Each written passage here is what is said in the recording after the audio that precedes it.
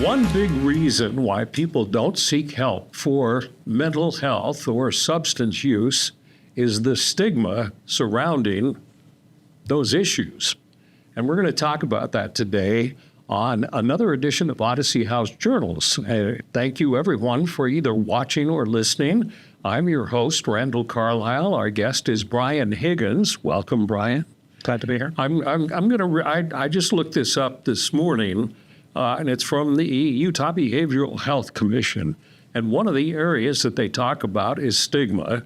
And I'm just going to read it. Stigma around behavioral health help seeking is an issue in Utah.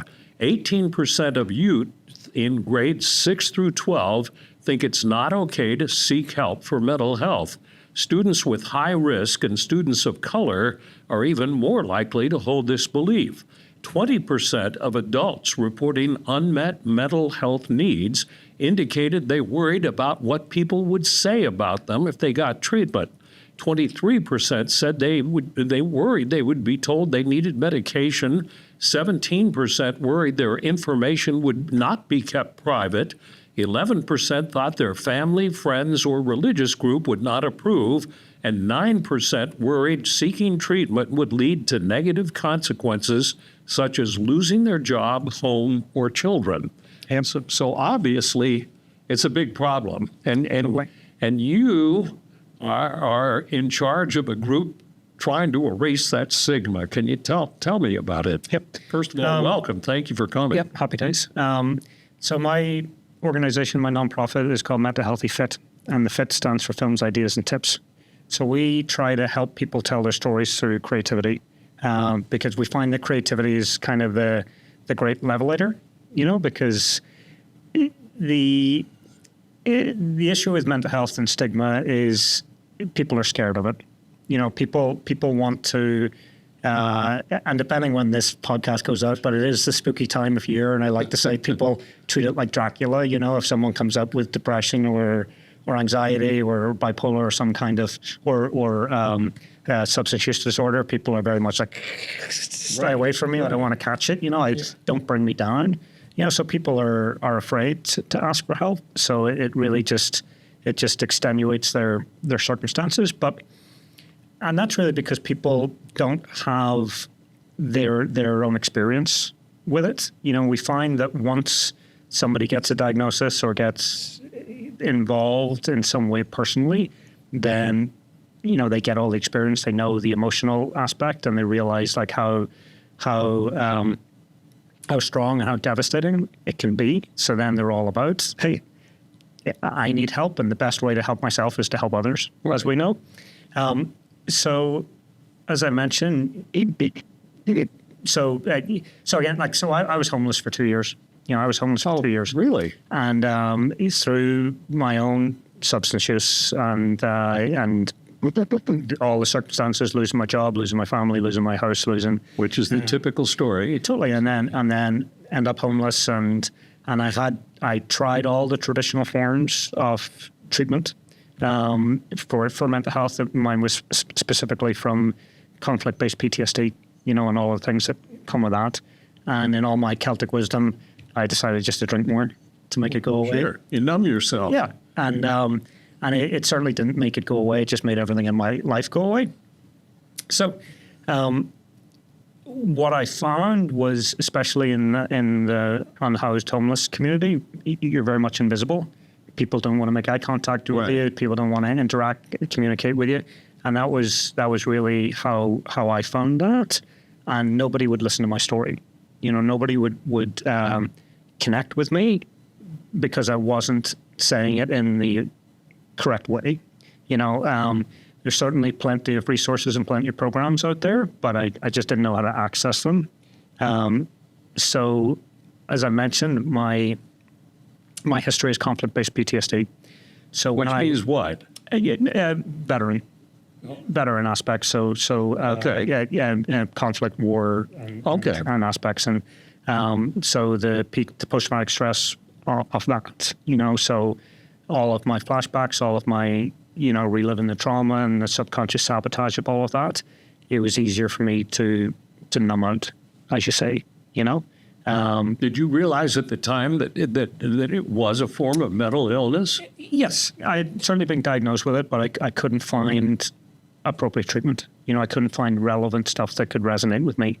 And we can either say, who knows why that was. Maybe I just wasn't ready to reach out. But you were too numb to find out. Totally. I couldn't string a sentence together. I didn't know how to articulate the help that I needed, the help that I wanted, and the opportunity. So because I was just traumatizing people with my stories. When I was asking for help, I was just telling them about these terrible things that happened to me. So, and as the media communicates about veterans when they have a flashback, they're going to go on a rampage of violent outburst. So that's why people were afraid of me. They thought, hey, when's he going to go nuts? When's he going to get an automatic rifle and mow down a bunch of people? Which is certainly not the case. Yes, in low circumstances that does happen, but the majority of people are in the basement, isolating, drinking and boozing or using. And because people don't know what the emotional connection behind the substance use is, they just see the substance use. And the majority of the community just say, hey, just stop drinking. What are you doing? Just stop using, Well, simple as that. To somebody who doesn't understand, that just makes sense, right? Just say no. Nancy Reagan's old thing, just say no. Indeed. So, but when we watch a film or we listen to a song or we engage in any kind of art or creativity, we get a visceral experience. We go on the journey with Luke Skywalker, and we're cheering for Luke Skywalker and we're booing for Darth Vader. Right. And even though we've never been on an intergalactic space mission ourselves, we can feel what's going on. So what we do is we break down people's experiences to their emotional connections, and then we make a short film based on that. So again, for me, being homeless, my experiences, my emotions were fear and pain. Fear, pain, and anger really was what it was all about for me. So I started making little short films just based on fear, pain, and anger. Because again, not everybody in the world has experienced homelessness, but everyone in the world has experienced anger. Sure. And if I can make a short little film about anger, people are going to connect with that. And then once I have them in the palm of my hand with that emotion, then I can talk about the recovery elements, and what the anger means to me. So you're using this as a bridge. Yeah, and it's really just to get that, to kind of slide it under the door of people. Sure. Slide it under the locked doors of people, to let them open the door and say, hey, how can we help? Now, how do you get this message out? What do you do? Well, at the moment, we work with, I say youth of all ages, because mental health affects everybody. And we work at the YRC, the Youth Resource Centre. We do homeless outreach. We also work in the schools, treatment centres, things like that. And we run creative workshops where people can come in as a group and just express their emotions. Now, we're non-clinical, non-diagnostic. We're just ideas and advocacy. So, we're not treating anybody. We're just creatively communicating. And then when we make the film, or we do the art, or we do the stand-up comedy, whatever we're doing, then we take that content and we go on a mini tour. We go to schools, we go to libraries, we go to other treatment centres, and we screen the films, for people to engage, and then create conversation starters and provide curriculum, and just little self-help tools. Because, excuse me. So really what we're trying to do is teach people how to ask the two hardest questions, which is, I don't know and I need help. And it's all fine and dandy when we be vulnerable enough to ask those questions. The problem is the community still doesn't know how to answer. So we have to do like a two-pronged attack, help the people who need help to ask for help, and then help the providers, and just the community, like friends, family, workplace, how to give resource direction to resources. We used to do some outreach at the VOA Youth Homeless Resource Center, and obviously we'd have a client with us, and they'd talk about addiction and everything, and the level of interest out there seemed to be very low. Like kids were falling asleep, and they didn't care. Yeah. What kind of response do you get when you go out there? We get very high success rates because people are engaging in the creativity. Right. It's more interesting than hearing about somebody with a heroin addiction. Totally. And I'll tell you a quick story. That one of the very first films that we made, I worked at the VA because when I stopped being homeless and I got sober for the first time, many times falling off. As I remember, I've got 6 years now, which is great. But I went to the VA to work with Vietnam era veterans because I thought that my experience could only resonate with other people from conflict-based elements. And we made a short little film about a 5-year-old boy with a monster under his bed. And the monster under his bed, and he calls out to his dad, "Hey, can you help me?" His dad comes in and says, "What's up?" He says, "Oh, the monster's on my bed." So he looks under the bed. He says, "Oh, no, he's not there. But maybe he's behind the curtain, or maybe he's in the cupboard." And he looks around. He says, "Oh, the monster, he must have gone away. How else can I help?" And the wee boy says, "Oh, would you just leave the door open, and listen? And if I need more help, can you come and help me?" And his dad says, "Yeah, no worries." So then as soon as his dad leaves, the camera pulls back and you see the red eyes of the monster under the bed. Wow. And that's it. That's what the film exists as. There's no, if you need help, Right. So we screen the film, and then the Vietnam guys come out and they say, "Hey, we made the film about the 5-year-old under the bed.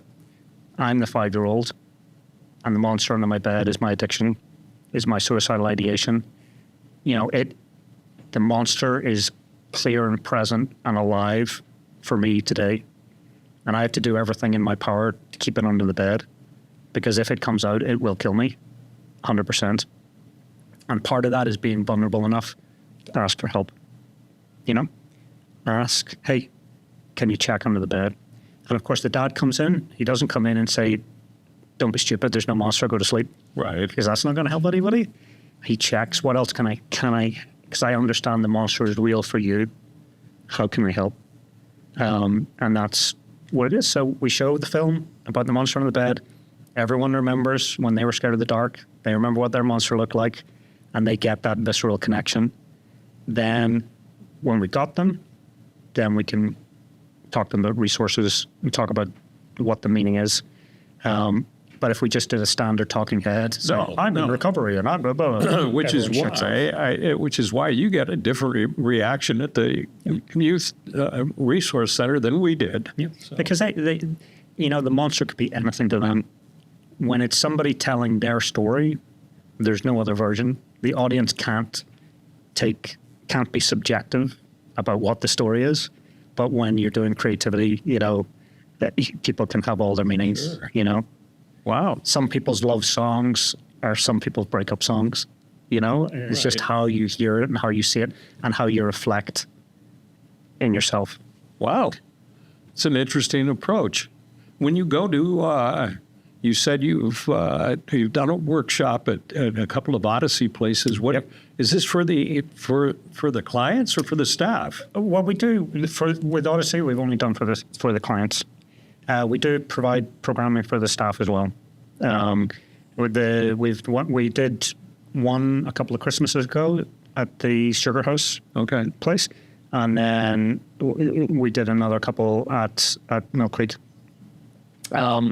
And basically, we just come in. We have a whole series of films that we've made over the years, and basically, when we're doing that kind of outreach, an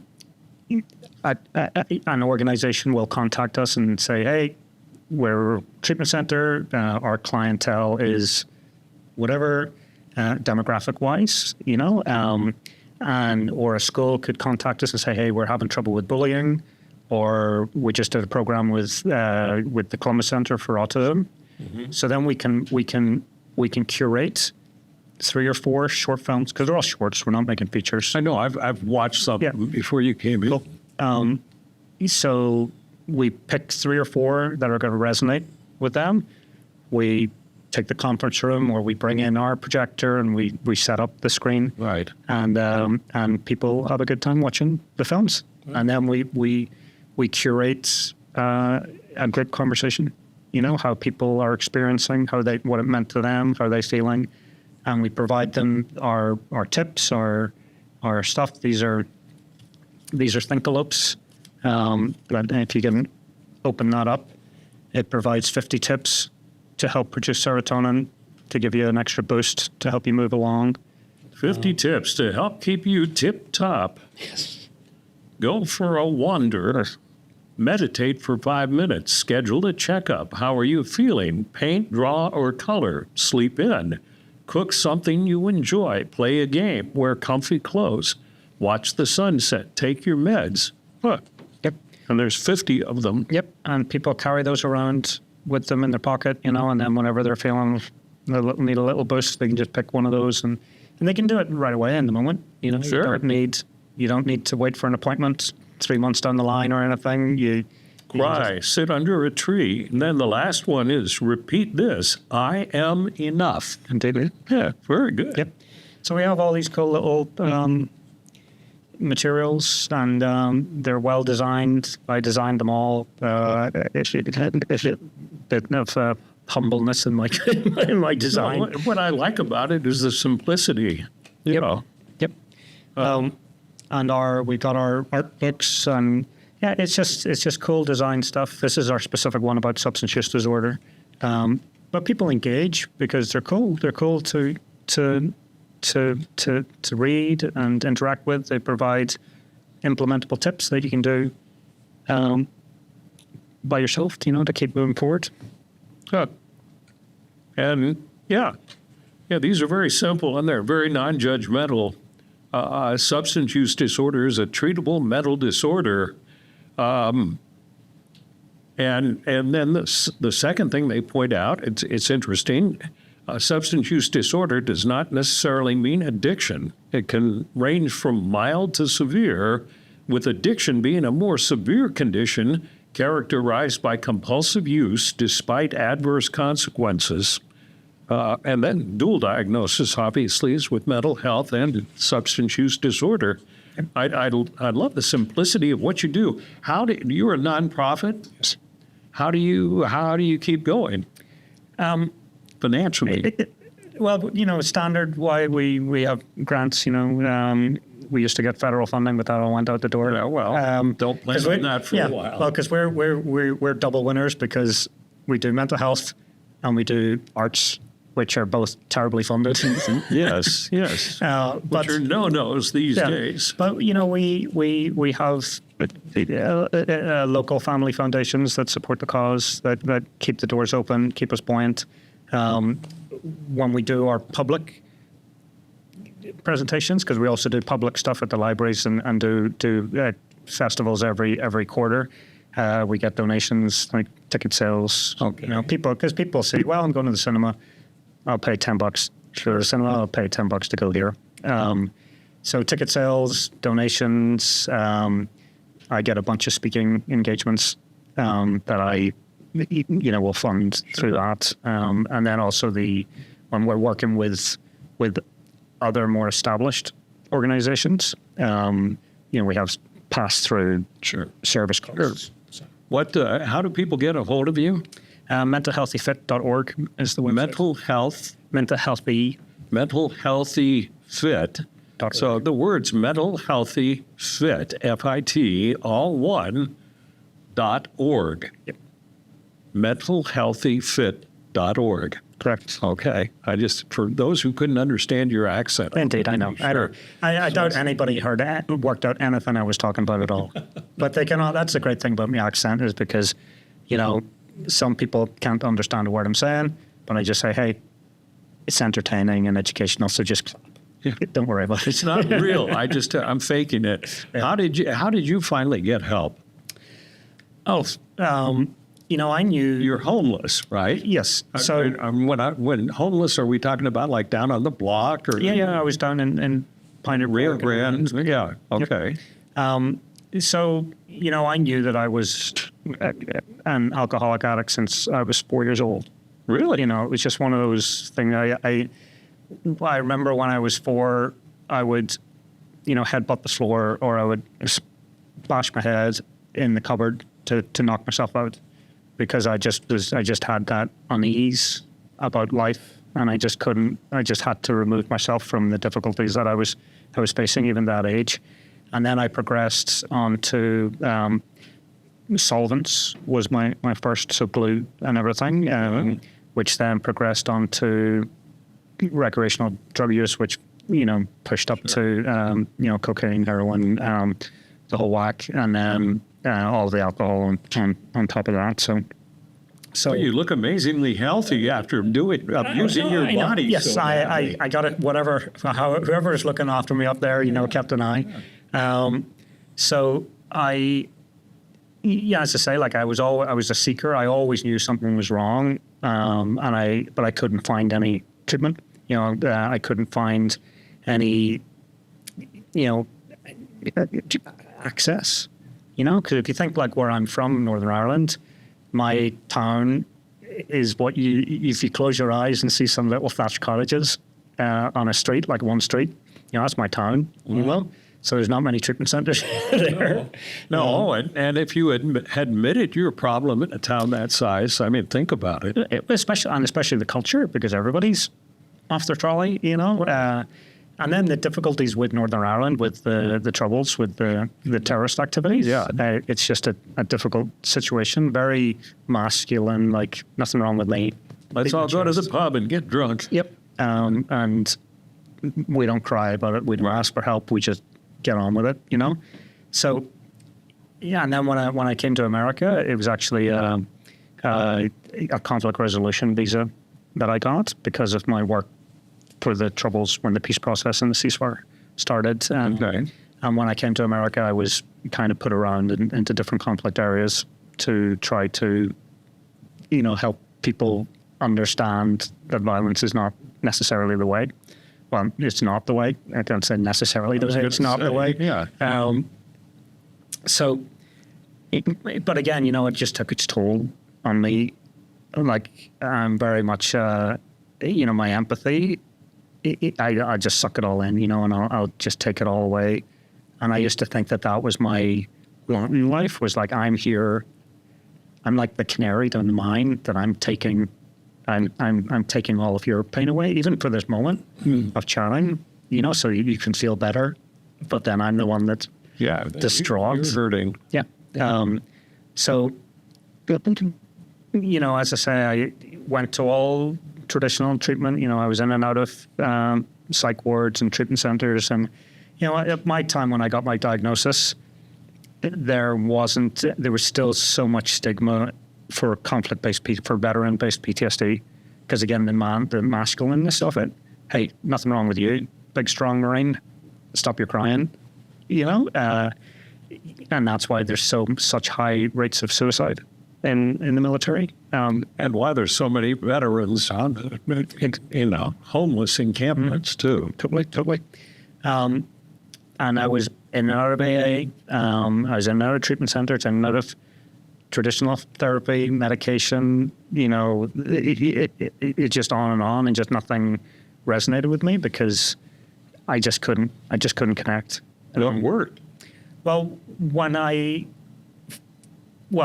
so the story, my story is, it's very interesting, but so if we go back to my conflict-based PTSD, it's all gun violence. So first time I was dragged out of the first time I had a gun to my head, I was 4 years old. And last time was when I was 26, and hundreds of times in between. And this is just specifically because of the issues in Northern Ireland. And for the viewers and the listeners that don't know, basically a civil war in Northern Ireland. It was really violent and bloody back then, and it occupied world headlines for a long time. Indeed. So, Yep. Yeah, it was. because young people won't. No, they won't. They might have heard the U2 song "Bloody Sunday." Yeah. And there's plenty. If you're interested, you can go and read about it or watch about it. But I was stuck in the middle of that, and so we were targeted because my dad was in the police. So we were targeted on that, and that's why it wasn't that I was just this terrible 4-year-old that people thought, gotta get rid of this guy, So my entire life was either spent experiencing direct violence, but then when I was removed and I came to America, now it was just emotional violence because I couldn't remove myself from that. So I would constantly feel the muzzle on my forehead. And even to this day, when I'm stressed out, I can still feel the muzzle on my forehead. Wow. But I've got healthier coping mechanisms to realize it's not really there, and let's work through it. And it's few and far between nowadays. But back then, it was 24 hours a day. 24 hours a day, muzzle on my forehead. Jeez. And terrified. What a way to live. So again, my Celtic wisdom, let's booze and use, make it go away. Yeah. But of course, it doesn't go away. And it just made my family, friends, everything else go away. So then by the time I actually became homeless, I was so afraid and so isolated that I was actively, I just accepted that this was the way it was now. And I was just going to drink myself to death now. I was too afraid to actually end it myself. But I just thought, well, I'm happier being numb than being afraid. Sure. And it was difficult as well when I'd be in the road home or in a shelter. It was a bad situation for me as well. So most of the time I was just looking after myself, Sure. and it was just difficult to be in those situations. So that happened for about a year and a half. I was just plugging along, just regressing and regressing. We have about a minute left, so Okay. wrap it up. All right. Okay. A minute. So basically what happened was I came across this family that was having a picnic, and they had 2 little 5-year-old boys that had bananas, and they were playing army with the bananas. So they came over and they shot me with the banana, and it triggered me, but it triggered me beneficially because it's the idea popping in my head for whatever reason, whether it was fate or if I'd finally done my 10,000 hours and now I was an expert. But I thought, hey, if those 2 kids are truly believing those bananas are guns, there's no reason I can't believe the opposite is true, that guns are bananas. And that was when I started drawing, but just replacing all of my adverse memories with the guns, but replacing them all with bananas. And that was the origin. That's what flipped it, because I was able to be more conscious about my subconscious, and really interact and realize, hey, my dreams started changing, and it was all about the bananas now, and I could interact with it, and it was just creativity. And I know I should have told this story earlier on. Oh, that's all right. But you can edit it maybe if you want.